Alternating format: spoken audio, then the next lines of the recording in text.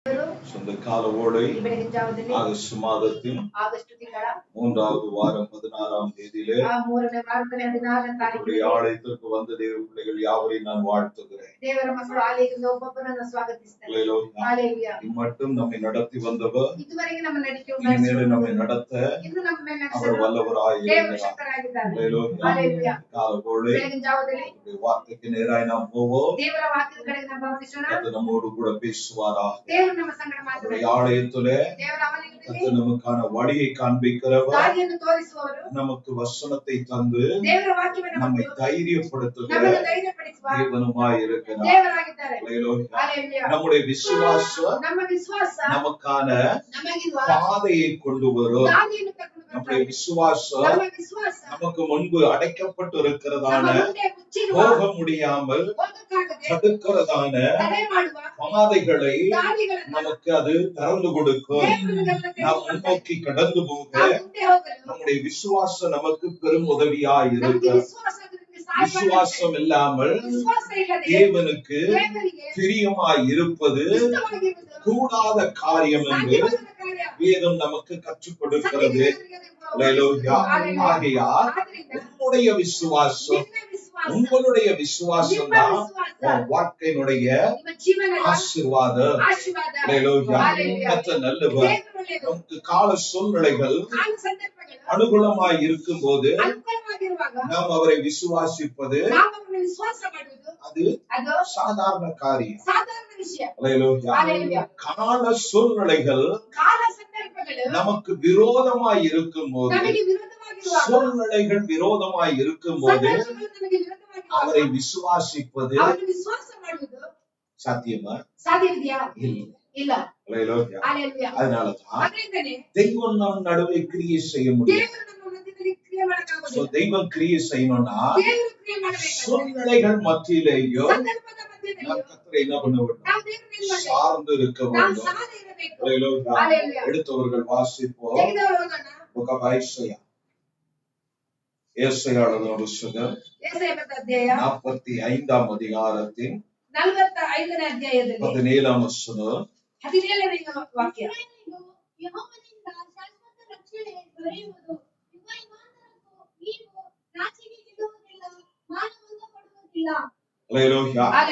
இஸ்ரவேலோ கர்த்தராலே நித்திய ரட்சிப்பினால் ரட்சிக்கப்படுவார்.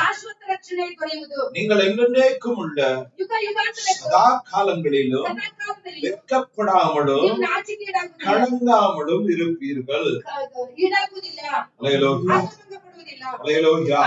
நீ கலக்கம் அடைவதில்லை, நீ வெட்கப்பட்டு போவதில்லை.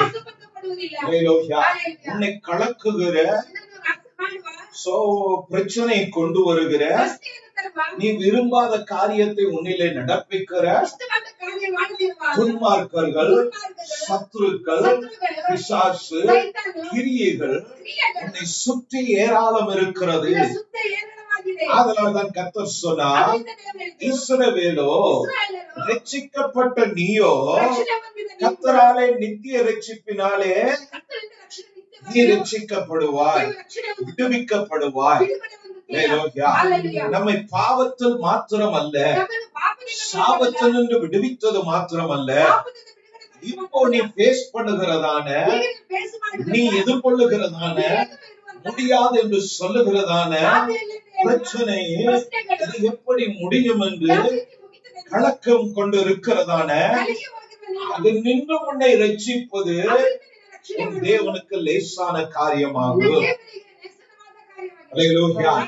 ஆபத்து நின்று தாயினால விடுவிக்க முடியுமா? சாத்தியம் இல்லை. அப்பனால உன் பாவங்களை நீ சுத்தமானாய்னு சொல்ல எந்த அப்பனுக்கு அது அதிகாரம்? ஏன்னா பூமியில பிறந்த எல்லா மனுஷரும் பாவி என்று அடையாளம் இருக்கும். எல்லாரும் பாவம் செய்து ஏகமாக ஒருமனமாக பாவத்துல விழுந்து தெய்வ மகிமை அற்ற மனிதர்களாக ஜனமாக மாறினார்கள் என்று வேதம் சாட்சி கொடுக்குது. அப்போ நம்மை விடுவிக்கிறவர் பாவத்தில் மாத்திரமல்ல, அவரை விசுவாசிக்கிற இஸ்ரவேலராகிய ரட்சிக்கப்பட்ட தேவ ஜனமாகிய உன்னையும் உன் பாவத்தில் நின்று மாத்திரமல்ல, இப்போ நீ சந்திக்கிற பிரச்சனையின் நின்று, நீ சந்திக்கிற உன் போராட்டத்தில் நின்று, உன் நெருக்கத்தில் நின்று அவர் உன்னை ரட்சிக்க அவர் வல்லவராய் இருக்கிறார். நீங்கள் என்றென்றைக்கும் உள்ள சதா காலங்களிலும், இன்னும் தெளிவா சொல்லணும்னா, நீ உயிரோடு இருக்கும் நாளெல்லாம் உனக்கு என்ன பண்ணுவதில்லை, வெட்கமோ கலக்கமோ இருப்பதில்லை. கர்த்தர் அது நின்று என்ன பண்ணுகிறவர், நம்மை விடுவிக்கிறவராய் கர்த்தர் நமக்கு நல்ல வார்த்தைகளை கொடுத்து நம்மை தைரியப்படுத்துகிறவர். நம்ம அதைதான் காலையில வாசித்தோம். மீகா 4:2 கூட நம்ம வாசித்தோம்.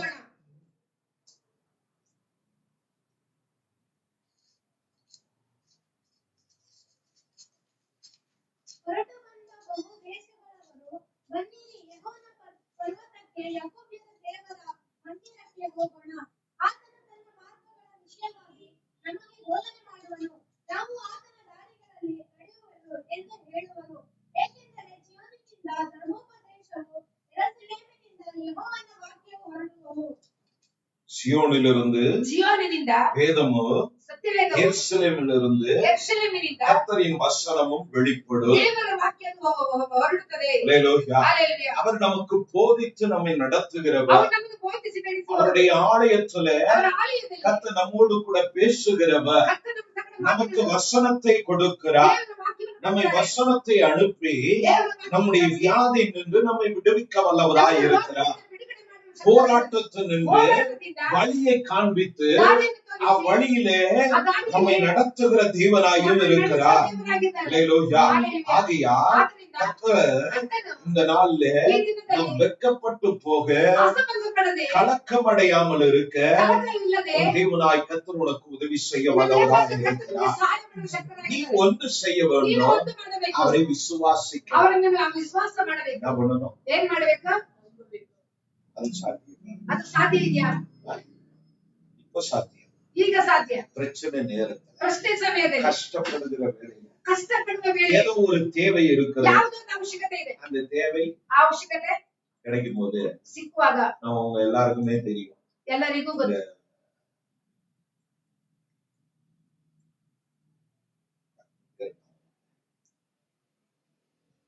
ஒரு அம்மா ಇದ್ರು ಕೋಲ್ಕತ್ತಾದಲ್ಲಿ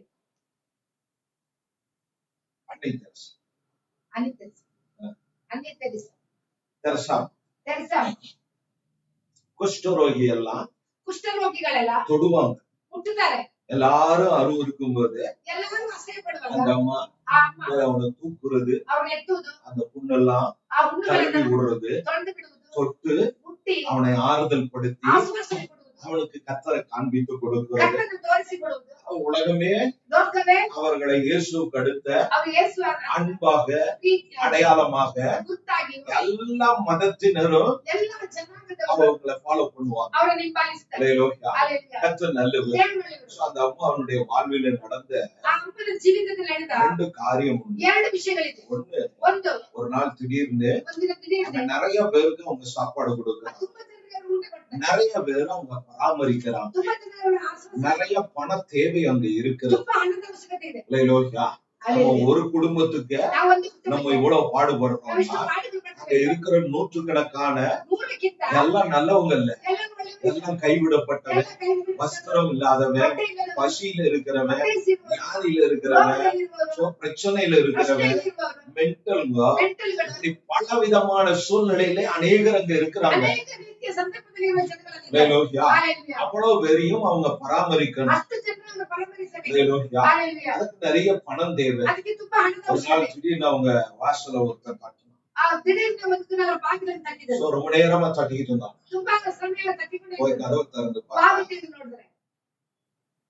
ஒரு பிச்சைக்கார அவனோட தோற்றம் அவனோட உருவம், அவன் கையில இருக்கிறது இதெல்லாம் பார்த்தா அவன் ஒரு பிச்சைக்காரன் அடையாளம் அங்க இருக்கு. அப்ப சிலர் சொல்றாங்க நிறைய தேவைகள் இருக்கு, இப்ப நீ சாப்பிட்டுட்டு போவேன்னா உனக்கு கொடுக்க இங்க ஒண்ணும் இல்ல நீ போன்னு சொல்றாங்க. அவன் போகல, திருப்பி தட்டிட்டு இல்ல நான் அன்னை தெரசாவை பார்க்கணும், நான் அவங்கள பார்க்கணும். ஏன் அப்படின்றாங்க, இல்ல நான் அவங்கள மீட் பண்ணணும். அப்ப அந்த அம்மா கூப்பிடுறாங்க, மாதிரி ஒரு பிச்சைக்காரன் அவன் பிச்சை கேட்கல, உங்களை பார்க்கணும்னு நிக்கிறான், நீங்க வாங்க. ரொம்ப நேரமா தட்டிக்கிட்டே இருக்கலாம், போக மாட்டேன் வாங்கன்னு கூப்பிட்டு இந்த அம்மா வந்தாங்க. என்னப்பா உனக்கு வேணும்? அப்பா அவன் சொன்னான், எனக்கு ஒண்ணு வேணும், நான் உங்களுக்கு கொடுக்கறதுக்கு யாரு பிச்சைக்காரன் பேக்ல இருந்து ஒரு கத்தை எடுத்து அவங்க கையில கொடுக்குறான். ಅವರ ಕೈಯಲ್ಲಿ ಕೊಟ್ಟರು. ನಮ್ಮ கிட்ட சொல்றான், அவன ಹೇಳ್ತಾರೆ, இது இன்னைக்கு ಇವತ್ತಿಗೆ எனக்கு வந்த கலெக்ஷன் ಬಂದಂತ ಕಲೆಕ್ಷನ್, ನಾನು இத உங்களுக்கு என்ன பண்றேன், இது ನಿಮಗೆ ಏನು ಮಾಡ್ತೇನೆ, இது உங்களுக்கு நிறைய தேவை இருக்கு, ನಿಮಗೆ ತುಂಬಾ ಅವಶ್ಯಕತೆ ಇದೆ. அந்த அம்மாவுக்கு ஒரே யோசனை, ಆ ಅಮ್ಮನಿಗೆ ಒಂದೇ ಯೋಚನೆ, ಇವನೇ ಪಿಚ್ಚಕಾರ, ಇವನೇ ಭಿಕ್ಷೆಕಾರ, ಇವನು ಭಿಕ್ಷೆ எடுத்துட்டு வந்திருக்கான், ಭಿಕ್ಷೆಯನ್ನು ತೆಗೆದುಕೊಂಡು ಬಂದಿದ್ದಾನೆ. இப்போ இவனோட வாழ்வாதாரம் என்ன, ಇವನ ಜೀವನದ ಆಧಾರ இதை இவங்க வாங்குனா ತಗೊಂಡ್ರೆ இவனுக்கு சாப்பாடு யாரு, இவனுக்கு ಊಟ ಕೊಡೋದು ಯಾರು, இவனுக்கு தேவைகள் இருக்கு. இப்ப இது அவனுக்கு போதுமானதாயும் இல்ல, இத கொடுக்கறானே அப்படின்னு அந்த அம்மாவுக்கு ஒரு யோசனை. இன்னொரு பக்கம் நான் வாங்கலன்னா இந்த பிச்சைக்காரன் வருத்தப்படுவான், ஐயா என்கிட்ட வாங்காம விட்டாங்களே. அந்த அம்மா உனக்கு நிறைய தேவை இருக்குல்ல, சொன்னா நான் ஒரு நாள் பட்டினி இருப்பதுனால ஒரு நாள் என் தேவை இல்லாம இருப்பதில்ல, எனக்கு ஒரு பிரச்சனை இல்லை, இத நீங்க வாங்கிக்கங்க அப்படின்னு கையில கொடுத்தான். அம்மா வாங்கிட்டாங்க.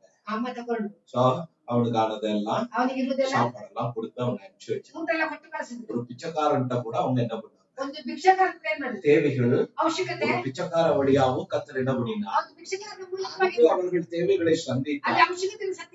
என்ன விஷயம், திருப்பி அடுத்த நாள் காலையில இன்னொருத்தன் வந்து ஒரு பேக கொண்டு வந்து கொடுத்தான். அந்த பேக் ஃபுல்லா வெறும் நகைகளா இருக்கு, கிலோ கணக்குல ಏನಿದೆ ಬಂಗಾರ ಗೋಲ್ಡ್ ಬಂಗಾರ ಇದೆ. நான் வர வழியில ராத்திரி என்னுடைய பிரயாணத்துல யாரோ இது என்ன பண்ணிட்டாங்க, ரோட்ல விட்டு போயிட்டாங்க, யாருக்கு என்னன்னு எனக்கு தெரியாது, இது என்னுடையதும் அல்ல, எனக்கு வழியில சிக்கிச்சு. அப்போ இத நான் ஸ்டேஷன்ல கொடுக்கலாம்னா அங்க பாதி காணா போயிடும். அதெல்லாம் நான் யோசித்தேன், சரி அன்னை தெரசா கொடுத்தா அநேகருக்கு அது பிரயோஜனமா இருக்கும் அப்படின்னு அதை கொண்டு அவன் அங்க கொடுக்கறான். இந்த அம்மா இதெல்லாம் கேட்டுச்சு, என்ன பண்ணிருக்கோம், நம்ம என்ன சொன்னாங்க தெரியுமா, இது யாருடையதோ, இது உன்னுடையதல்ல, ஒண்ணுத நீ கொடுக்கலாம். நேற்று ராத்திரி ஒரு பிச்சைக்காரன் வந்தான், அவன் தன்னுடையதை பிச்சை எடுத்ததை என்கிட்ட கொடுத்தான், நான் அதை வாங்கினேன், அதை விட இது அதிகம், இது நிறைய தேவைகள் உண்டு, இது எனக்கு போதுமானதுதான், ஆனா இது ஒண்ணுதும் இல்ல, இது என்னதும் இல்ல, அதனால இது எனக்கு வேண்டாம். அவ்வளோ நகைய அவங்க திருப்பி அனுப்பிச்சிட்டாங்க. அதனால என்ன குறைந்து போனாங்க, அங்க இருக்கிறவங்களை பராமரிக்காம போனாங்க. இன்னும் கர்த்தர் அவர்களை ஆசீர்வதித்தார். அவங்களுடைய ஊழியத்துல அவர்கள் உண்மையாய் இருந்தார்கள், அவர்கள் கொடுக்கப்பட்ட விசுவாசத்துல அவர்கள் உறுதியாய் இருந்தார்கள். நாம் எதை சார்ந்து இருக்கிறோம் என்பது நமக்கு முக்கியம். நமக்கு முன்பு வருகிற காரியங்கள் எப்படிப்பட்டதானாலும் அவங்க நிதானமாய் இருந்தாங்க, பிச்சைக்காரன் இடத்துல நிதானமாய் இருந்தாங்க, கோடியில கொண்டு வந்து கொடுத்த கிலோ கணக்குல தங்கத்தை கொடுத்தவன் இடத்திலும் நிதானமாய் இருந்தார்கள். தேவனை மாத்திரம் சார்ந்து செயல்பட்டார்கள். இதற்கெல்லாம் அடையாளம் கிறிஸ்து சிலுவையிலே காண்பித்த அன்பாக அவரை அடித்தவர்களை, அவர் மேல் காரி துப்பினவர்களை ஆண்டவரே மன்னியும் என்று சொன்னார். இவர்கள் தெரியாமல் செய்கிறார்கள் என்று அவர்களை மன்னித்த அந்த அன்பை அவர்கள் ஃபாலோ பண்ணினாங்க. அல்லேலூயா. கர்த்தருடைய பிள்ளைகளாகிய தெய்வம் நமக்கு கொடுத்த அந்த வார்த்தையின்படி நீ வெட்கப்படுவதும் இல்லை, நீ கலக்கம் அடைவதும் இல்லை. இது எப்ப வரைக்கும்? ஏதோ இன்னைக்கு மாத்திரம் அல்ல, நீ உயிரோடு இருக்கும் நாள் அல்ல. உன்னை கர்த்தர் வெட்கப்படுத்த விட மாட்டார். அப்ப நீ வெட்கப்பட்டு போகாம இருக்கணும்னா நீ என்ன பண்ணணும்? உன் விசுவாசத்துல நீ உறுதியாக இருக்கணும். சூழ்நிலைகள் மத்தியிலே நீ உறுதியாக இருக்க வேண்டும். வேதத்துல பல சாட்சிகள் நமக்கு உண்டு. அப்போஸ்தல நடவடிக்கைகள்ல அப்போஸ்தலனாகிய பவுல் அவர் ரோமுக்கு போகிறார். அவர் தான் உத்தரவு சொன்னார், நான் ரோம் போகிறேன், எனக்கு முன்பு நான் நிற்க விரும்புகிறேன், அங்கே நான் சாட்சி கொடுக்க விரும்புகிறேன். அவனை கட்டினார்கள். பவுல் ஒரு குற்றமும் செய்யாதவன்.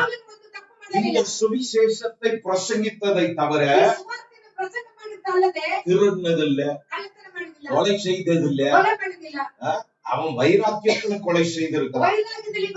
பட் அவனுடைய வாழ்வாதாரத்துக்காக இல்ல தனக்கு பலன் உண்டு என்பதற்காக மற்றவர்களை கூலிக்காக கொலை செய்தவன் அல்ல, திருடினவன் அல்ல, அயோக்கியத்தனமாய் நடந்தவன் அல்ல.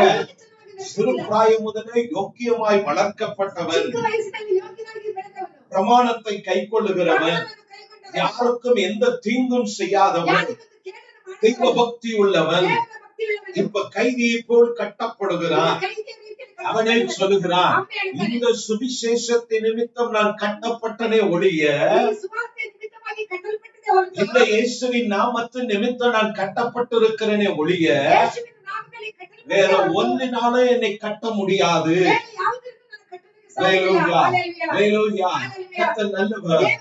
அவன் இயேசுவின் நாமத்தை பிரசங்கித்ததற்காக கட்டப்பட்டான். இயேசுவின் நாமத்தை குறித்து சாட்சி கொடுத்ததற்காய் கட்டப்பட்டான். நாம் படுகிற பாடுகள் எதனால? இயேசுவுக்காகவா இல்ல நமக்காகவா? சிந்திக்க வேண்டிய இடமா இல்லையா? பிரச்சனை யாருனால வந்தது? நம்முடைய புத்தியினம், நம்முடைய கஷ்டம், நம்முடைய இயலாமையில நாம் செய்த தவறுகள் நமக்கு பிரச்சனையாய் வருகிறது. அதனாலதான் தமிழ்ல சொல்லுவாங்க, வேலையில போற ஓனான்னு ஃபென்சிங் ஃபென்சிங் ஃபென்சிங் காம்பவுண்ட், அதுல இந்த ஓனா இருக்கும் தெரியுமா? என்ன ஓனா தெரியுமா? செடியில எல்லாம் ஓடுமே,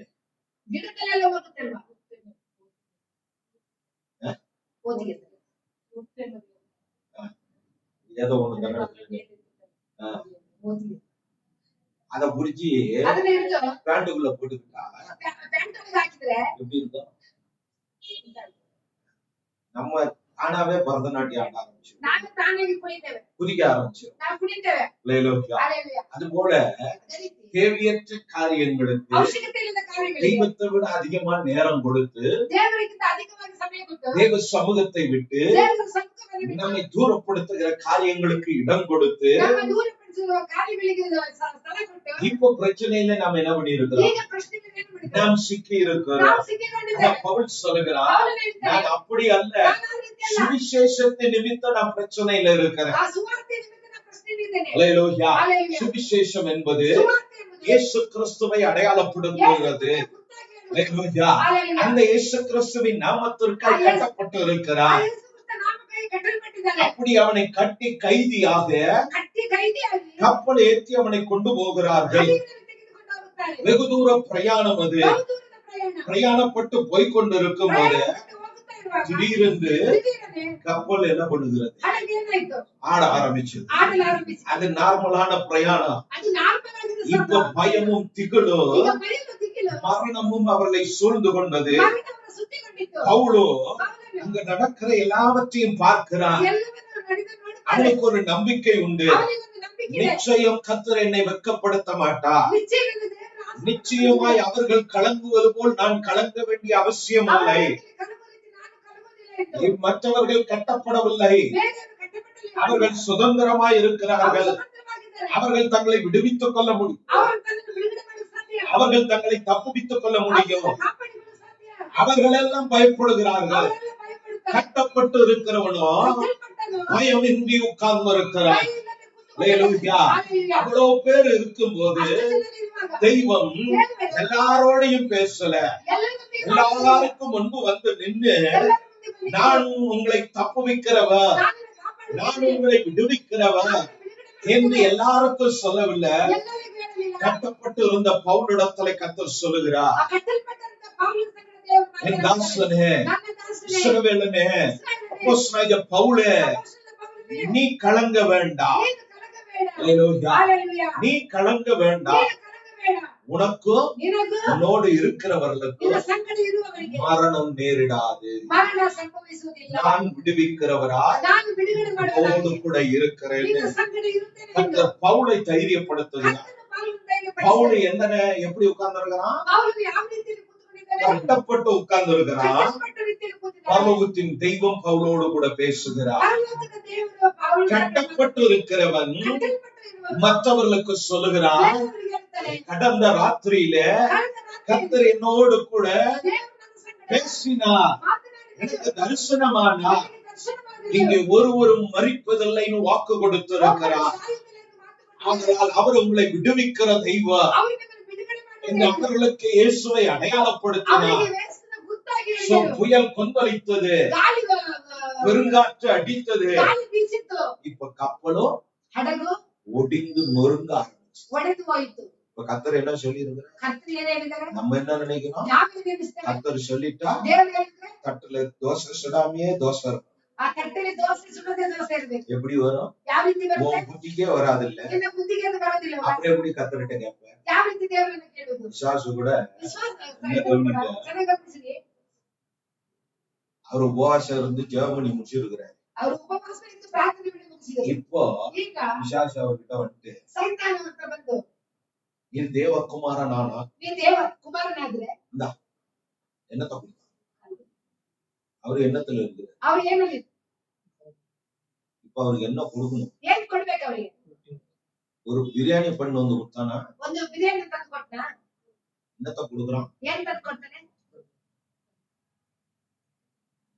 அதான் சத்ருவோட குணம். நம்ம எதிராளியோட குணம் இப்படித்தான் இருக்கும். நீ ஒரு தேவையில்ல கஷ்டத்துல இருக்கும்போது எனக்கு முடக்கா முண்டக்க எதையாவது சொல்லுவான், செய்வான். அப்போ நம்ம புரிந்துக்கணும், இவர்கள் நமக்கு ஆவாதவர்கள், இவர்களை தூரமா தான் கல்ல கொண்டு வந்து கொடுத்துட்டு அவரே 40 நாள் உபாசத்துல அவர் மனிதன், தேவகுமாரனானால அவர் மனிதன் என்று வேதம் அடையாளப்படுத்துகிறது. அவரும் சொன்னார், தூங்கினார், கண்ணீர் வடித்தார், எனக்கு பசிக்குது, சாப்பிட என்ன இருக்குன்னு கேட்டிருக்கிறார். இதெல்லாம் மனிதன் என்பதை அடையாளப்படுத்துகிறது. அப்போ அவரிடத்துல கல்ல கொடுத்துட்டு இத அப்பமாக்கி சாப்பிட்டுக்கன்னு, நான் தேவகுமாரன் முன்னாடியே இதை அப்பமாக்குறேன் அப்படின்னு கல்ல அப்பா இருந்தாரா? கல்ல தூக்கி போட்டுட்டு அவனுக்கு வசனத்தை சொன்னா, மனுஷன் அப்பத்தினால் அல்ல தேவனுடைய வார்த்தையினாலே பிழைப்பார். நம்ம என்ன நினைக்கிறோம்? கல்லு அப்பமாகணும்னு. நீ செத்தால் நடக்காது. அவரே அத பண்ணல, எப்படி உனக்கு பண்ணுவாரு? அதே தெய்வம் அவரை சுற்றி ஏராளமான ஜனம் வந்து தொடர்ந்து அவர் பிரசங்கித்துக் கொண்டிருக்கிறார். இப்போ அவங்க எல்லாம் களைப்பா இருக்கிறதை கவனித்து தம்முடைய சீஷர்களிடத்துல கேட்கிறார், இவர்களுக்கெல்லாம் சாப்பாடு கொடுங்க, அவங்க எல்லாம் சோர்ந்து போயிருக்கிறாங்க, அவங்க எல்லாம் பசியா இருக்கிறாங்க. அப்ப அவங்க சொல்றாங்க, இங்க எங்கேயும் பேக்கரி இல்ல, அப்ப கடை இல்ல, எங்க போய் நாங்க வாங்குறது? அப்படியே ஊரா போய் வாங்கினாலும் நம்ம கிட்ட இருக்கிற காசும் பத்தாது. அப்ப ஆண்டவர் சொல்றாரு, உங்களுக்கு கீழே கிடக்கிற கல்லெல்லாம் பொறுக்கிட்டு வாங்க, நான் அப்ப மாட்டி தரேன்னு சொன்னாரா? கேட்கிறா, உங்ககிட்ட என்ன, உங்களிடத்துல என்ன இருக்கு போய் கேளு. அப்ப ஜனங்களிடத்துல போய் கேக்குறாங்க, உங்களிடத்துல என்ன இருக்கு? அப்ப அங்க ஒரு சிறு பையன் இருந்தாங்க, வேதம் அடையாளப்படுத்துது, 13 வயதுக்குள்ள பையன். அவனுக்கு அவங்க அம்மா என்ன பண்ணி இருக்கிறாங்க, 5 பிரெட்டையும் எத்தனை மீன், 5 மீனா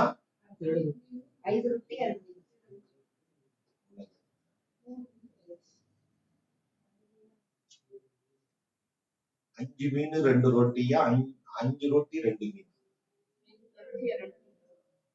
தூங்காம இருக்கீங்களா? சோதனை கத்த நல்லது. அப்ப அந்த சின்ன பையன்கிட்ட என்ன இருந்தது? ಎಷ್ಟು ರೊಟ್ಟಿ ಇತ್ತು? கொடுப்பானா? சிண்டு கிட்ட கொடுத்துட்டு நான் வாங்கணும், கேட்ட உடனே கொடுக்க மாட்டான். அதுக்கு கொஞ்சம் நேரம் பேசி ஒரே ஒன்ன கொடுத்துட்டு ஒரே சாக்லேட்ட கொடுத்துட்டு கேட்டா கொடுப்பா? அவளுக்கு தெரியும், குடிங்கிடுவானுங்க, உடனே வாயில. அப்ப அந்த பிள்ளை என்ன பண்ணிருப்பான், பேதுரு வந்து கேட்கறான், ரொட்டியை கொடுத்துருப்பான், கொடுக்க என்ன இருந்திருக்கும்? அது குழந்தை தானே. ஆனா அந்த குழந்தை என்ன பண்ணிச்சு, தன்னிடத்துல என்ன இருக்கோ அது தன்னை பற்றி கவலைப்படாம, தனக்கு அம்மா என்ன சொன்னாங்கன்னு சிந்திக்காம, தனக்கு எதற்காய் கொடுத்தாங்கன்றதையும் மறந்து பேதுரு கையில அதை கொடுத்தான். அந்த அப்பத்தை இயேசு என்ன பண்ணினார், எடுத்து ஜெபித்து ஆசீர்வதித்து கொடுத்தார். 5 அப்பா 5 பண்ணு 5000 பேருக்கு திருப்தியா இருந்தது.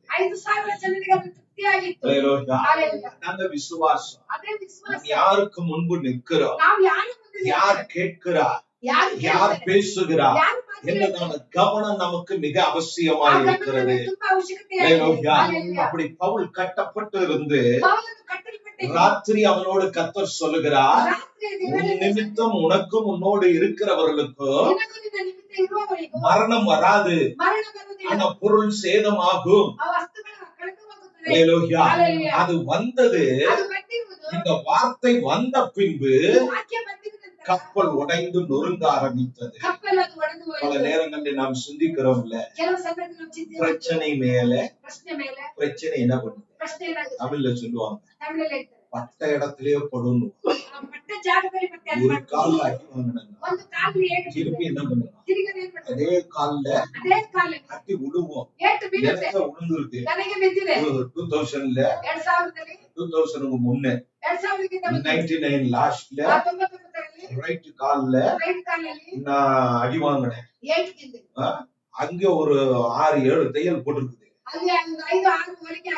அப்புறம் 2000 ஜூன்ல 26ஆம் தேதி அதே கால ஆக்சிடென்ட்ல உடைஞ்சு போச்சு. அடுத்த 7 மாசம் கேப் தான், திருப்பி பட்ட காலே பட்டது.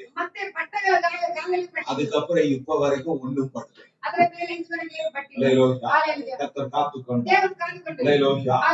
தம்முடைய வார்த்தைகளை நிறைவேற்றவும் சொன்னதை செய்து முடிக்கவும் அவர் தேவனாயிருக்கிறார். Hallelujah. அந்த பிரச்சனை நேரத்துல பவுல் கப்பல் உடைந்ததை குறித்து கவலைப்படல, அங்கே நடந்ததை குறித்து பயப்படல. ஏனெனில் கர்த்தருடைய வார்த்தை அவனுக்குள் இருந்தது. ஆண்டவர் சொன்னார், பிராணன் உனக்கு போகாது, நீ வெட்கப்படுவதில்லை, நீ மரிப்பதில்லை, இந்த கலக்கங்கள் மாறும். அவருக்கு சொன்னார். ஆனா சூழ்நிலைகள், இயற்கை இன்னும் கலக்கத்தை கொண்டு வந்தது, இன்னும் பிரச்சனையை கொண்டு வந்தது, இன்னும் போராட்டத்தை ஏற்படுத்தினது, இன்னும் சூழ்நிலை மாறினது. கர்த்தர் பேசும்போது கப்பல் இருந்தது, கர்த்தர் பேசின பின்பு கப்பல் நொறுங்கினது. மத்தவெல்லாம் இயேசுவை ஏத்துப்பா சொன்னா செய்வான். அவன் நம்புறானோ இல்லையோ, உன் வாழ்க்கை வெட்கப்படக்கூடாதுன்னா நீ கர்த்தரை நம்பி. என்ன சூழ்நிலை ஆனாலும் நாம் கர்த்தரை தான் என்ன பண்ணணும், சார்ந்து நிற்கணும். பவுலுடைய குணம் அது. பவுலுக்கு தெரியும், அவன் பிரசங்கித்தவர், அவனை இப்பொழுது நடத்துகிறவர், தன்னோடு பேசினவர், அவர் யார் என்பதை அவன் அறிந்திருந்தபடினால, அந்த தெளிவு அவனுக்கு இருந்தபடினால அவன் தைரியமாக அதையும் பேஸ் பண்ணான். கஷ்டப்பட்டு அந்த கப்பல் கட்ட துண்டுகளை வச்சு அவன் என்ன பண்ணான், கப்பல் துண்டுகளை வச்சு கரை வந்து சேர்ந்தான். அங்க இருக்கிற கிராமத்து மக்கள் என்ன பண்ணாங்க, ஐயோ பாவம், எல்லாம் தண்ணியில கஷ்டப்பட்டு வந்திருக்கிறாங்க. அதனால அவர்களுக்கு குளிருக்கு நெருப்பெல்லாம் மூட்டி கொடுத்தாங்க. ஐயோ கஷ்டப்படுகிறாங்க. முகமறியாதவர்கள் உதவி பண்ணினாங்க. பவுலும் போய் உட்கார்ந்துட்டு என்ன பண்ணாரு, நல்ல குளிர் காஞ்சாரு. இப்ப நல்ல சுகமா இருக்கப்பா அப்படின்னு அவரு 4 கட்டையை பொறுக்கி போட்டு இருக்கணும். திடீர்னு ஒரு பாம்பு என்ன திடீர்னு அந்த ஆவேன் பவுல கடிச்சு கர்த்தர் பேசி இருக்கிறாருன்ற கர்த்தர் மாத்தனாடிட்டு இருக்கிறார். கப்பல் உடைஞ்சது, ಹಡಗು ಒಡೆದೋಯ್ತು. எப்படியோ தப்பிச்சு வந்தான், எங்கோ தப்பிச்சுಕೊಂಡು ಬಂದ பாம்பு கடி. ಈಗ ಹಾವು ಕಚ್ಚುತ್ತಾ ಇದೆ, எல்லாரும் பார்க்கறான், எல்லாரும் ನೋಡ್ತಾರೆ, பாம்பு கடிச்சு தொங்கிட்டு இருக்கு கையில, ಹಾವು ಕಚ್ಚಿಕೊಂಡಿದೆ. அப்போ ಆಗ அந்த ஊர் ஜனம் சொல்லுகிறார்கள், ಆ ஊர் ಜನ ಹೇಳ್ತಾರೆ, வேதத்தில் எழுதப்பட்டிருக்கிறது, சத்தியத்தில் ಬರೆದಿದೆ, அவர்கள் எல்லாம் சொன்னார்கள், அவரெல்லாம் ಹೇಳಿದರು, இவன் பாவியான மனுஷன், இவன் பாவியான மனுஷன். ಯಾಕೆ சூழ்நிலை சந்தர்ப்பங்கள் அவனை பாவியை போல் அடையாளம். ஆனா தெய்வம் யாரோடு பேசுகிறார், உலகம் குற்றம் சாட்டுகிற, பாவின்னு சொல்லுகிற, பாவியாக நிறுத்தி இருக்கிற அவனோடு கூட கர்த்தர் பேசுகிறார். ஆதலால் இவர்கள் சொல்வதை அவன் கேட்கல.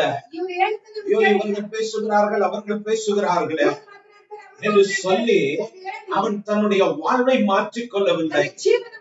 விசுவாசத்தில் நின்றான். அந்த பாம்பு பிடிச்சிட்டு நெருப்புல போட்டுச்சு அவ்வாட்டும் உட்கார்ந்து இருக்கிறான்.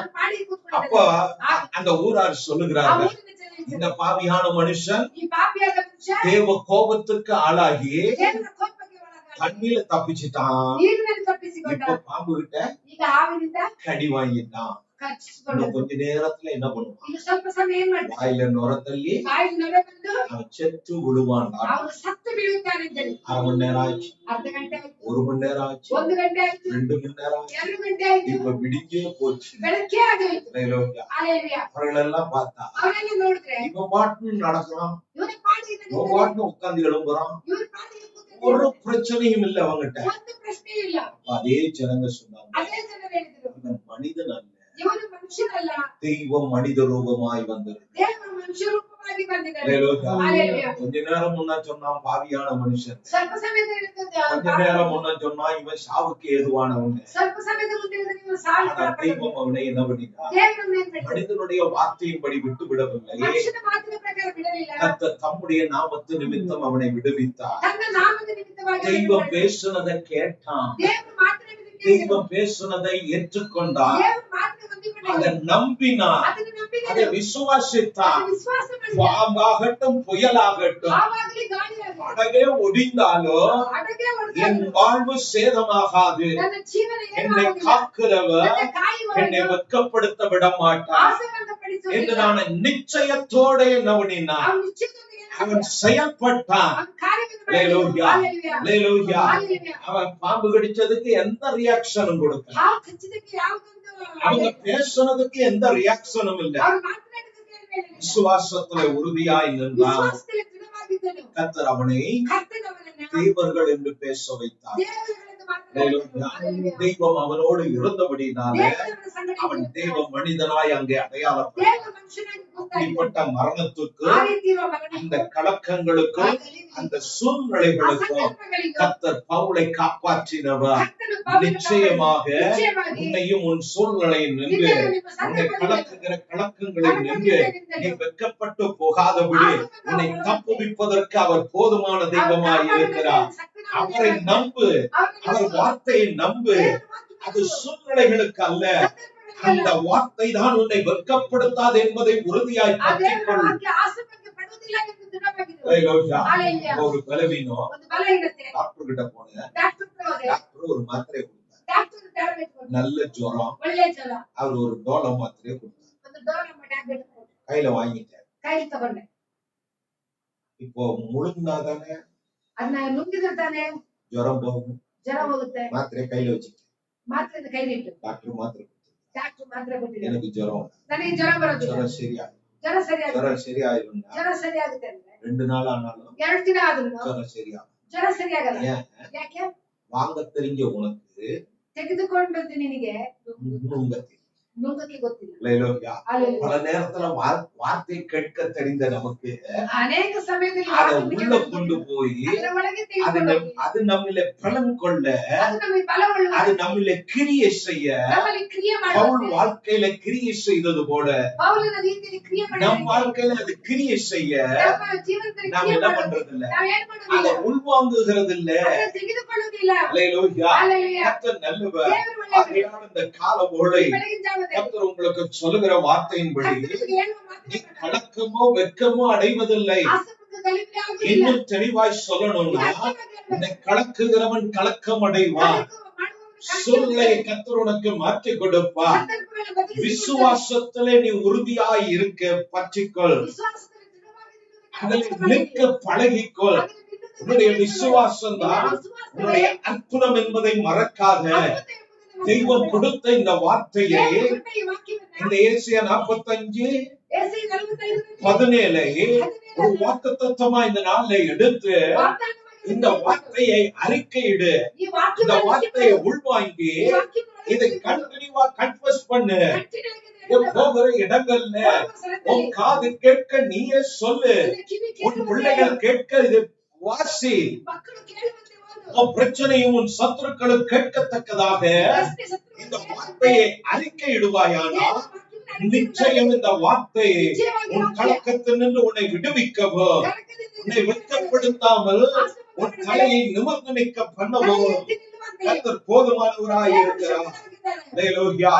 2 நாளாகமத்தின் புத்தகம் Book of 2 Chronicles 14:11 ஆசராஜாவுடைய ஜெபம் 14:11 ಆಸನು ತನ್ನ ದೇವರಾದ ಯೆಹೋವನಿಗೆ, ಯೆಹೋವನೇ, ಬಲಿಷ್ಠನು ಬಲಿಹೀನರ ಮೇಲೆ ಬೀಳುವಲ್ಲಿ ನಿನ್ನ ಹೊರತು ರಕ್ಷಣೆ ಇಲ್ಲ. ನಮ್ಮ ದೇವರಾದ ಯೆಹೋವನೇ, ನಮ್ಮನ್ನು ರಕ್ಷಿಸು. ನಿನ್ನಲ್ಲಿ ಭರವಸವಿಟ್ಟು ನಿನ್ನ ಹೆಸರಿನಲ್ಲಿ ಈ ಮಹಾಸಮೂಹಕ್ಕೆ ವಿರುದ್ಧವಾಗಿ ಯುದ್ಧಕ್ಕೆ ಬಂದವಲ್ಲ. ಯೆಹೋವನೇ, ನಮ್ಮ ದೇವರು ನೀನು. ದಡವು ನಿನ್ನನ್ನು ಎದುರಿಸಿ ಗೆಲ್ಲಬಾರದು ಎಂದು ಮೊರೆಯಿಡಲು ಯೆಹೋವನು ಕುಶಿಯರನ್ನು ಆಸನಿನಿಂದ ಯೆಹೂದ್ಯರಿಂದಲೂ ಅಪಜಯಪಡಿಸಿದನು. ஆசா தன் தேவனாய் கர்த்தரை நோக்கி கூப்பிட்டு, கர்த்தாவே, பலமுள்ளவனுக்காயிலும் பலனற்றவனுக்காயிலும் உதவி செய்கிறது உமக்கு லேசான காரியம். தேவனாகிய கர்த்தாவே, எங்களுக்கு துணை நில்லும். உம்மை சார்ந்து உம்முடைய நாமத்தினால ஏராளமான அந்த கூட்டத்துக்கு எதிராக வந்தோம். கர்த்தாவே நீரே உங்கள் தெய்வம், மனுஷன் உம்மை மேற்கொள்ள விடாதேயும் என்றார். சொல்லாமா? கர்த்தாவே நீரே எங்கள் தெய்வம், என் சத்துருக்கள் என்னை மேற்கொள்ள முடியாது, என் பிரச்சனை என்னை மேற்கொள்ள முடியாது, எனக்காய் யுத்தம் பண்ணுகிறவர் என் தெய்வமாய் இருக்கிறார். நான் கர்த்தருடைய நாமத்தினால் நிற்கிறேன், நான் அவரை நம்பி நிற்கிறேன். என் விசுவாசம் குன்றி போகாதபடி கர்த்தர் என்னுடைய போராட்டத்தில் நின்று என்னை விடுவிக்க வல்லவர். அவரை நம்பி இருக்கிறேன், அவர் என்னை விடுவிப்பார். ஆசானுடைய ஜெபம் தாங்க. பெரிய கூட்டம் அவனுக்கு விரோதமாய் நின்றது. ராஜாவுடைய கேரக்டர் என்ன?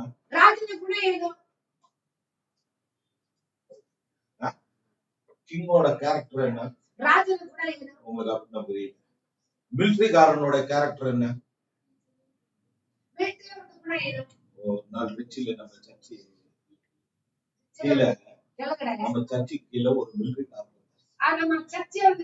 ஃபர்ஸ்ட் வீடு அவருக்கு. அதாவது வீட்டுல கண்ணு வச்சிருப்பான். ஒரு நாள் கொஞ்சம் பேர் வந்து பக்கத்து வீட்டுல பிரச்சனையாச்சு. இவரு என்ன பண்ணாரு? நல்ல ஹைட் வெயிட் வந்தார். வந்துட்டு தம்பி ஏப்பா சண்டை போடுறீங்க? அவன் பாகிஸ்தான்காரன் சண்டை போடுறான்னா அர்த்தம் இருக்கு. நீ எதுக்கு சண்டை போடுற? உங்களுக்குள்ள என்ன பிரச்சனை? அதெல்லாம் உடுப்பா அப்படின்னு சமாதானம் பண்ணும்போது ஒருத்தர் என்ன பண்ணா?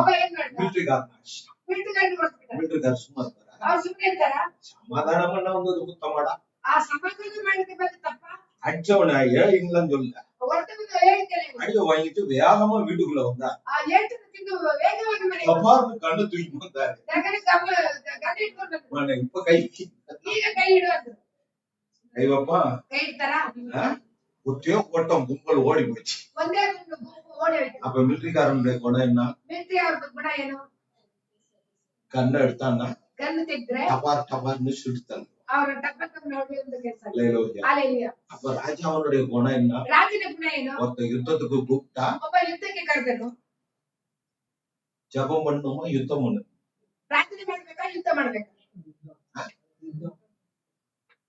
ஆனா ஆஷா ராஜா என்ன பண்ற? அப்ப என்ன ஆஷா பைத்தியக்காரன்? இந்த ராஜா என்ன ஃபூலிஷ் பண்ணுவாங்க? ரொம்ப புத்திசாலியான யுத்தத்துக்கு கூப்பிடுறாங்க. தன்னை சுற்றி சேனை நிக்குது. நாளைக்கும் தெரியும். ராஜா சொல்ற வார்த்தை ஃபர்ஸ்ட் நாம் ஜெபம் பண்ணுவோம். எந்த கஷ்டமாகட்டும், எந்த சூழ்நிலையாகட்டும், என்ன நெருக்கமாகட்டும், என்ன தேவையாகட்டும், முதல்ல ஜெபித்து பழகு. உன்னுடைய விசுவாசம் உள்ள ஜெபம் தான் காரியத்தை மாறுதலாய் மாற்றும். அதனாலதான் ஜெபம் ஜெயத்தை கொண்டு வரும் என்று சொன்னார்கள். ஜெபம் காரியத்தை மாற்றும் என்று சொன்னார்கள். ஜெபம் உன்னை வெட்கப்படுத்தாது என்று சொன்னார்கள். ஆஷா ராஜா யுத்தத்துக்கு புறப்பட வேண்டியவன் யுத்தத்துக்கு முன்பு ஜெபிக்கிறான். ஆண்டவரே நீர் யாவருக்கும் உதவி செய்கிற தெய்வம், எந்த சூழ்நிலையிலையும் நீர் இறங்குகிற தெய்வம், எந்த காரியத்தையும் மாற்ற உம்மாலே ஆகும் என்று தைரியமா என்ன பண்ணுகிறார்? அறிக்கையிட்டு தேவனை உயர்த்தி ஜெபித்தார். அவனுடைய ஜெபத்தை கேட்டவர் அவனுடைய சத்துருக்களை அவனுக்கு முன்பு மடங்கடித்தார். ஜெபம் இல்லாமல் நம்முடைய கலக்கம் மாறாது. நீ எவ்வளவு பிரயாசப்படு, நீ எவ்வளவுனா வேலை செய், நீ டியூட்டி ஓட்டி எவ்வளவுனா பாரு, அதை விட அதிகமாய் விசுவாசத்துல ஜெபிக்க பழகு. அதை விட அதிகமாய் விசுவாசத்துல கர்த்தர் கொடுத்த வாக்குத்தத்தங்களை அறிக்கையிட பழகு. அதுதான் உன்னை தப்புவிக்கும், அதுதான் உன்னை விடுவிக்க வல்லதா இருக்கிறது. அல்லேலூயா. ராஜாவே குணம் மாறி ஜெபிக்கிறவனாய் இருப்பானா உனக்கு ஜெபத்தை விட்டா சொல்லுங்க, உங்க ஆண்டவரை விட்டா உனக்கு இந்த பூமியில உன் சொந்தம் பந்தம் உன் ஃப்ரெண்ட்ஸ் உன்னை சுற்றி இருக்கிற எவனாவது உன்னை மட்டும் கொண்டு வந்திருக்க முடியும்? எவனாவது நடத்தி இருப்பான்? எவனாவது கொடுத்திருப்பான்? ஒண்ணும் இல்ல, சாத்தியமே இல்ல. அப்ப இதுவரை கொண்டு வந்தவர் இனியும் உன்னை கொண்டு செல்ல போதுமானவர். ஒரு சத்துரு எத்தனை முடக்கங்களை ஏற்படுத்தினாலும் எத்தனை வாசல்களை அடைத்தாலும் தேவன் வாசல்களை உடைத்து உன்னை கொண்டு போவார். நீங்கள் எழுதப்பட்டு இருக்கிறது, தடைகளை நீக்குகிறவர் அவர்களுக்கு முன்பு கடந்து போகிறார் என்று. அவர் உன்னுடைய தெய்வமாய் இருக்கிறார், அவர் உன் ராஜாவாய் இருக்கிறார், அவர் உன் நேசராய் இருக்கிறார், உனக்காய் ஜீவன் கொடுத்தவர். நிச்சயமாக உன்னுடைய விசுவாசத்தை கனப்படுத்துவார். ஆகையால் நான் திரும்பவும் சொல்லுகிறேன், உன்னுடைய விசுவாசம் தான் உன் முகத்தை வெட்கப்படுத்தாது. மனிதனுக்கு செவி கொடுக்காத எந்த சூழ்நிலை ஆனாலும் இந்த ராஜாவை போல நீ ஜெபிக்க பழகு. அப்படி ஜெபிப்பனா நிச்சயமாய் கர்த்தர் உன்னை என்ன பண்ணுவார்? தப்புவிக்க அவர் வல்லவராய் இருக்கிறார். Book of Second Kings. இன்னொரு மனிதனை அடையாளப்படுத்த விரும்புகிறேன். 2 ராஜாக்கள் 5ஆம் அதிகாரம் 3ஆம் வசனம். ಒಂದು ದಿವಸ ತನ್ನ ಯಜಮಾನನಿಗೆ ನಮದನಿಯು ಸಮಾರ್ಯದಲ್ಲಿರುವ ಪ್ರವಾದಿಯ ಹತ್ತಿರ ಇರುತ್ತಿದ್ದರೆ ಎಷ್ಟು ಒಳ್ಳೆದಾಗಿತ್ತು.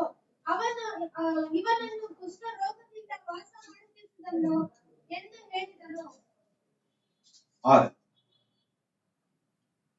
ತೆಗೆದುಕೊಂಡು ಸಾಮಾನ್ಯಕ್ಕೆ ಹೊರಟು ಹೋಗಿ ಪತ್ರವನ್ನು ಇಸ್ರಾಯೇಲರ ಅರಸನಿಗೆ ಕೊಟ್ಟನು. ಅದರಲ್ಲಿ ನನ್ನ ಸೇವಕನಾದ ಯಾವನನ್ನು ನಿನ್ನ ಬಳಿಗೆ ಕಳುಹಿಸಿದ್ದೇನೆ, ನೀನು ಅವನ ಕುಷ್ಠ ರೋಗವನ್ನು ವಾಸ ಮಾಡತಕ್ಕನೆಂದು ನನ್ನ ಪತ್ರದಿಂದ ತಿಳಿದುಕೊಳ್ಳುವಂತು ಎಂಬುದಾಗಿ ಬರೆದಿತ್ತು. கர்த்தர் நல்லவர். 1ஆம் வசனத்திலே சீரிய ராஜாவின் படைத்தலைவனாகிய நாகமான் என்பவன் அவன் என்ன பண்ணான்? சீரிய ராஜா கிட்ட ஒரு லெட்டர் வாங்கினான். இப்ப அவர் எங்க வராரு? இஸ்ரவேல் தேசத்துக்கு அடுத்த நாடு விட்டு நாடு வருகிறார். இந்த நாட்டுக்குள்ள போகணும்னா பர்மிஷன் லெட்டர் இருக்கணும். இப்போ அதுக்கு என்ன இருக்கு?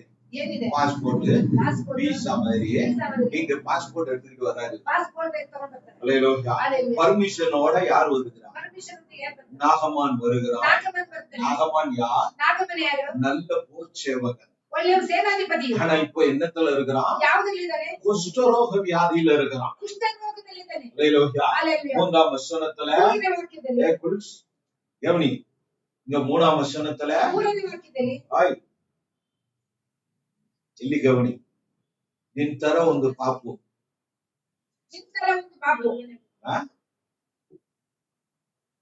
சின்ன பிள்ளை ஒண்ணு ஆண்டவரை பத்தி, சபையை பற்றி, ஊழியக்காரனாகிய எலிசாவை பற்றி யாருக்கு சொல்றாங்க? குஷ்டரோகியாகிய நாகமானுக்கு சொல்றா. நீ படுகிற கஷ்டங்களை எல்லாம் பார்த்தேன், இது நின்று இங்க உன்னால யாரும் காப்பாற்ற முடியல. ஒருவேளை என் வார்த்தைக்கு செவி கொடுத்து இந்த நசனாகிய இயேசுவை நீ தேடுவாயானா, அவரிடத்துல ஜெபிப்பாயானா, நீ அவரை நோக்கி கூப்பிடுவாயானா, ஆலயத்துக்கு போவாயானா, குஷ்டரோகம் உன்னை விட்டு மாறும்னு சொன்னான். அந்த சிறு பிள்ளைகளுடைய வார்த்தையை கேட்டு நாகமான் பாஸ்போர்ட் அப்ளை பண்ணி விசா எடுத்து இப்ப எங்க வந்திருக்கிறார்? எலிசாவுக்கு முன்பு வந்து நிக்கிறார். இந்த நாகமானுக்கு தெரியாது எலிசா என்ன பண்ணுவாருன்னு. இவன் என்ன நினைச்சா, நம்ம ஊர்ல இருக்கிற டாக்டருங்களை போல இந்த எலிசாவும் ஒரு பெரிய டாக்டரா இருப்பான், ಒಂದು ದೊಡ್ಡ ಡಾಕ್ಟರ್ ஒரு கைராசியான டாக்டரா இருப்பான். ಕೈಲಾಸ ಡಾಕ್ಟರ್ நம்ம ಆಗಿದ್ದಾರೆ. குஷ்டத்துக்கெல்லாம் மருந்து போட்டு ನಮ್ಮ ಕುಷ್ಠಗಳನ್ನ அதுக்கெல்லாம் ಅದಕ್ಕೆಲ್ಲ மாத்திரை மருந்து கொடுத்து ಮಾತ್ರೆ நம்மள அனுப்புவான்னு நினைச்சிட்டு ಕಳಿಸ್ತಾರೆ. இவரு வந்தா ಇವ್ರು ಬಂದ್ರೆ எலிசா சொல்றான், ಎಲಿಸ ಹೇಳ್ತಾರೆ, நீ வர வழியில ನೀನ್ ಬರೋದಾಗಿದೆ ஒரு நதி இருந்தது, ಒಂದು ನೀರಿದ್ದು ಹೊಳೆ அந்த ಇದ್ದದ್ದು. நதியில போய் ಆ ನದಿಯಲ್ಲಿ ಹೋಗಿ நீ என்ன பண்ண? ಏನ್ ಮಾಡೋದು?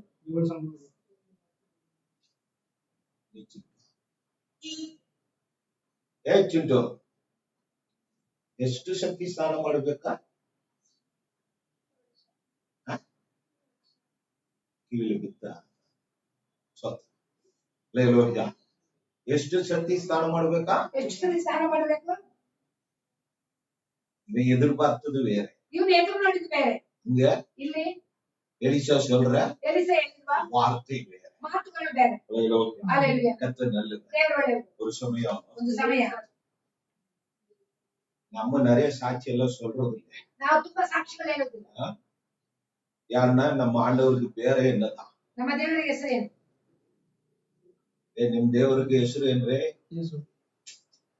சரி, இயேசுவுக்கு ಹೆಸರು ಏನ್ರೆ? அற்புத.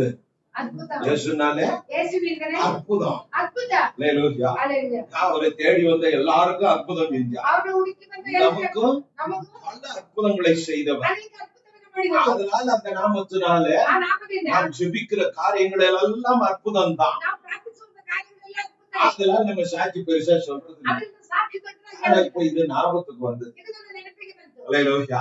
சென்னையில ಚೆನ್ನೈಯಲ್ಲಿ அப்போலோ ஹாஸ்பிட்டல், ಅಪೋಲೋ அந்த hospital greens road, greens road அங்க ஒரு ஸ்லம் இருக்கு. ಸ್ಲಮ್ ಇದೆ. சுதந்திர நகரா என்னமோ ஏதோ மறந்து. ಸ್ವತಂತ್ರ ನಗರ ಯಾವುದು? அப்ப நான் ஒரு வீட்டுல ಒಂದು ಮನೆಯಲ್ಲಿ 3வது மாடியில ಮೂರನೇ ಮಾಡಿಯಲ್ಲಿ ஒரு கூட்டத்துக்கு அழைக்கப்பட்டோம். ಒಂದು ಕೂಟಕ್ಕೆ ಕರೆದಿದ್ರು. வீட்டு கூட்டம். ಮನೆ ಕೂಟ. So, ஒரே ரூம் தான் இருக்கும். ಒಂದೇ ರೂಮು. அவ்வளவு ஜனம் அதுல ಅಷ್ಟು ಜನರು நெருக்கிட்டு உட்கார்ந்து இருக்கிறாங்க. ಅದರಲ್ಲಿ ನಿಂತು அப்ப ಕೂತ್ಕೊಂಡಿದ್ದಾರೆ. நாங்க போய் உட்கார்ந்து ನಾನು ಅಲ್ಲಿ ಹೋಗಿ ಕೂತ್ಕೊಂಡಿದ್ದೆ. ஜெபம் ஆரம்பிக்க போகுது. ಪ್ರಾರ್ಥನೆ ಆರಂಭಿಸುವಾಗ அப்போ ஒரு அம்மா ಒಂದು ಅಮ್ಮ வேகமா ஓடியாந்து ವೇಗವಾಗಿ ಹೋಗಿ நல்லா உட்கார்ந்து இருக்கிறாங்க. எல்லாத்தையும் வெயிச்சுக்கிட்டு எனக்கு தான் வந்து ಎಲ್ಲರೂ ಕೂತಿದ್ದಾರೆ. ஐயா பாஸ்டர், ಅಯ್ಯ ಪಾಸ್ಟರ್ கீழே ಕೆಳಗಡೆ ஏ பிளாக்ல ಏ ಬ್ಲಾಕ್ நான் ஹெச்ல இருக்கிறேன். ನಾ ಎಚ್ಚರಿಕೆ ஏ பிளாக்ல ಏ என் ಬ್ಲಾಕ್ புள்ள ನನ್ನ ಮಗ அசுத்தாவினால கஷ்டப்பட்டு ಅಶುದ್ಧ ಆತ್ಮದಿಂದ ஏத்தாப்புல ஒரு புள்ள ಎದುರು செத்து போய் ಸತ್ತು ಹೋಗಿ அது சரீரம் ಶರೀರ அழுகி போயிடுச்சு, ನಾಶವಾಗಿದೆ. அத புதைச்சாச்சு. ಅದರ ಮುಚ್ಚಿ ஆனா அந்த ஆத்மா என்ன பண்ணிச்சு? ಆತ್ಮ ಏನ್ ಮಾಡ್ತಾರೆ? என் மகக்குள்ள வந்து உட்கார்ந்து இருக்குது. ನನ್ನ ಮಗನೊಳಗೆ 3 நாளா வீட்டுக்குள்ள இருக்கிறா. 3 ದಿನ ಮನೆಯೊಳಗಿದೆ. கதவை திறக்க மாட்டேன்றா. ಬಾಗಿಲು ತೆಗೆಯುವುದಿಲ್ಲ. அப்பப்போ இங்கு வேணும்னு கேக்குறா. ಆಗಾಗ ಇಕ್ಕು ಬೇಕು. இங்கு பாட்டில ಇಕ್ಕು ಬಾಟ್ಲಲ್ಲಿ வாயின் வந்து ஜன்னல்ல வச்சா படக்குன்னு எடுத்துக்கிறா. ಆ ಕಿಟಕಿಯಲ್ಲಿ ಇಟ್ರೆ என்ன பண்றான்னே தெரியல. ಏನ್ ಮಾಡ್ತಾರೆ ಅಂತ ಗೊತ್ತಿಲ್ಲ. அப்புறம் போய் உள்ள பார்த்தா ಒಳಗಡೆ ನೋಡಿದ್ರೆ இங்கெல்லாம் குடிச்சிருக்கிறா. ಇಕ್ಕೆಲ್ಲ ಹಾಕ್ಬಿಡ್ತಿದ್ದಾನೆ. இது யாரோட குணம்? எத்த வீட்டுல செத்தவளோட குணம், எங்க குடிக்கிற குணம். ಆ ಎದುರು ಮನೆಯಲ್ಲಿ ಸತ್ತಂತ ಹುಡುಗಿಯ ಒಂದು ಗುಣ. அல்லேலூயா. Hallelujah. இது இப்ப ಇದೀಗ இன்னொருத்தரை பண்ண வைக்குது. ಇನ್ನೊಬ್ಬರು ஐயா இப்படி இருக்கு, ಈ ರೀತಿ ಇದೆ. கொஞ்சம் எங்க வீட்டுல வந்து ஜெபம் பண்ணுங்க. ನಮ್ಮ ಮನೆಯಲ್ಲಿ ಪ್ರಾರ್ಥಿಸಿರಿ. அப்போ நம்ம சிசியும் சொன்னோம், ನಮ್ಮ ಶಿಷ್ಯರೇ அம்மா ಅಮ್ಮ இந்த பிரேயரை முடிச்சிட்டு ಈ ಪ್ರೇಯರ್ ಮುಗಿಸಿ நாங்க கீழே வரும்போது ನಾವು ಕೆಳಗಡೆ அவங்க ಬರುವಾಗ வீட்டுல வந்து ஜெபம் பண்ணுவோம். ನಿಮ್ಮ ಮನೆಯಲ್ಲಿ ಪ್ರಾರ್ಥಿಸ್ತೇವೆ. நேரம் ஆச்சு. ಸಮಯ ಆಯ್ತು. அந்த அம்மா அழுவு. ಆ ಅಮ್ಮ ಅಳ್ತಾ ಇದ್ರು. அப்ப நான் கேட்டேன், ನಾನು ಹೇಳಿದೆ, உனக்கு உன் புள்ள வேணுமா? ನಿನಗೆ ಮಗ ಬೇಕು? ஆமா. ಹೌದು, என் புள்ள எனக்கு வேணும். ನನ್ನ ಮಗು ನನಗೆ ಬೇಕು.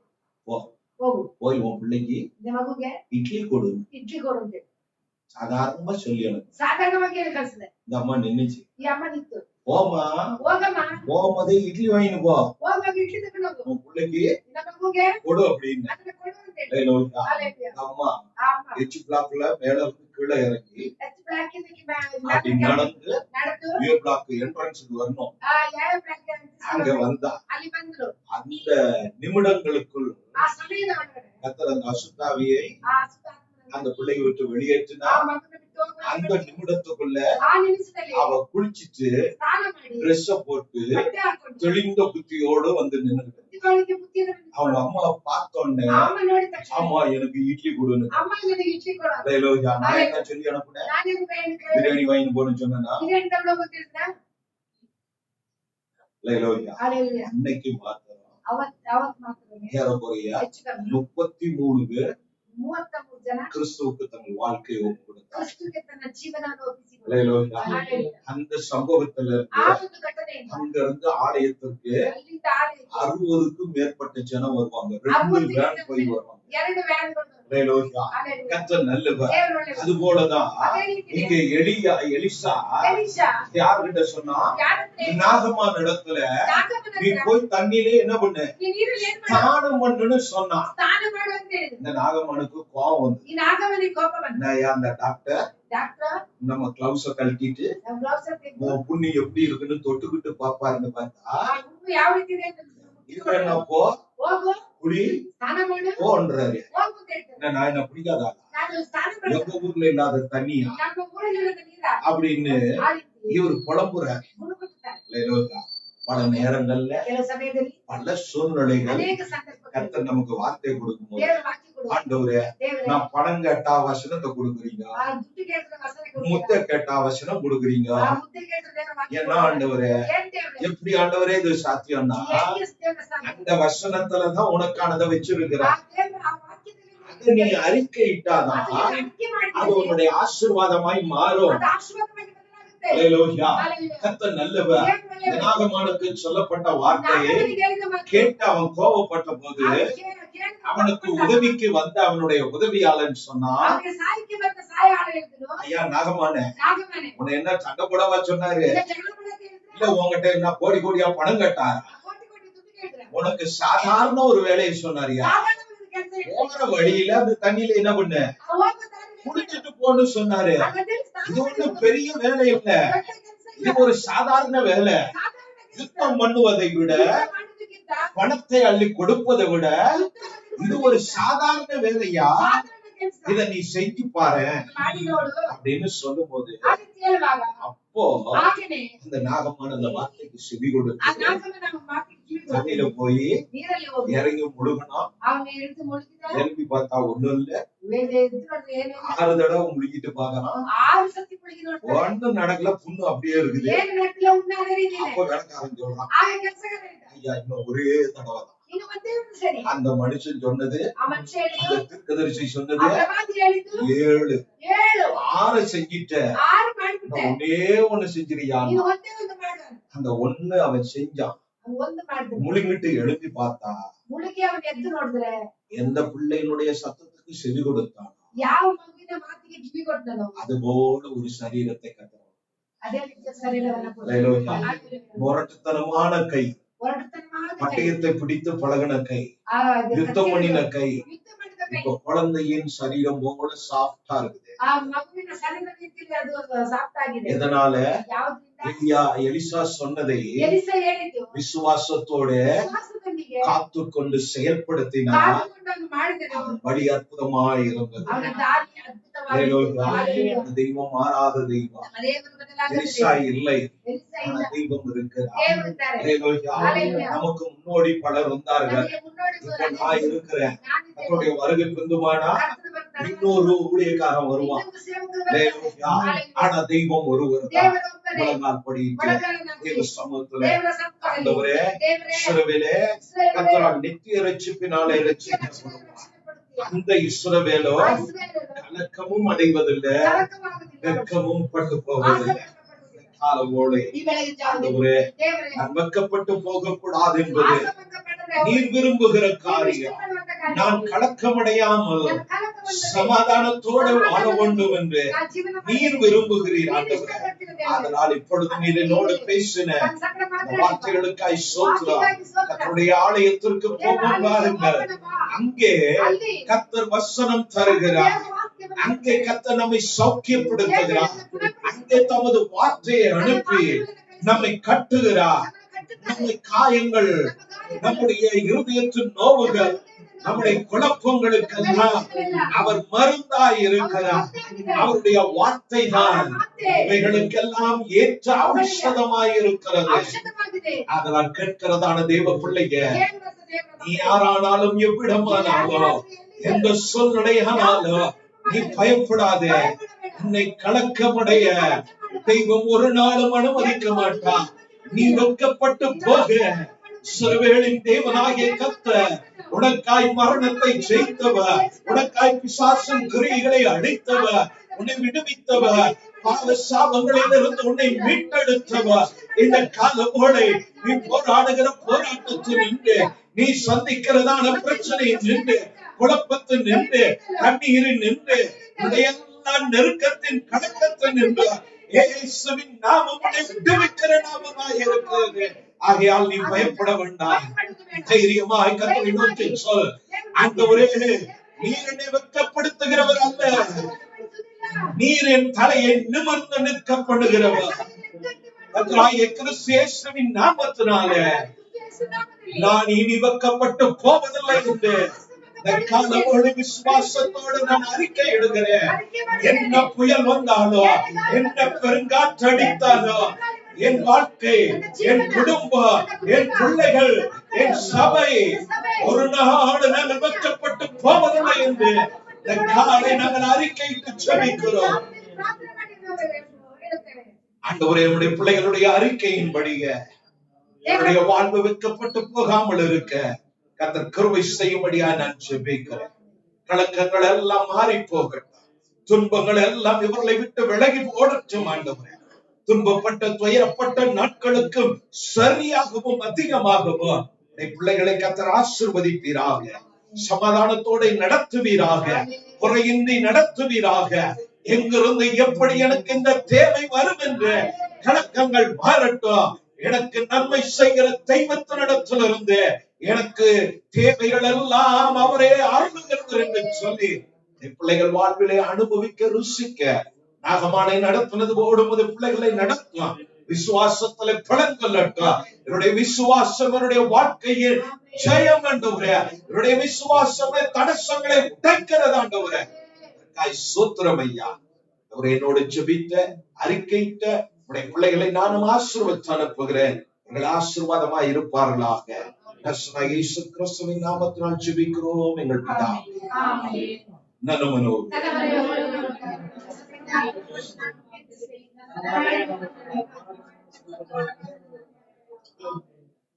பிதாவாய் தேவனுடைய அன்பு, கர்த்தராகிய இயேசு கிறிஸ்துவினுடைய கிருபையும் பரிசுத்த ஆவியானுடைய காவலும் நடத்துதலும் கேட்டு சத்தியத்தின்படி கர்த்தருடைய வருகை மட்டும் நம் அனைவரோடும் இருப்பதாக.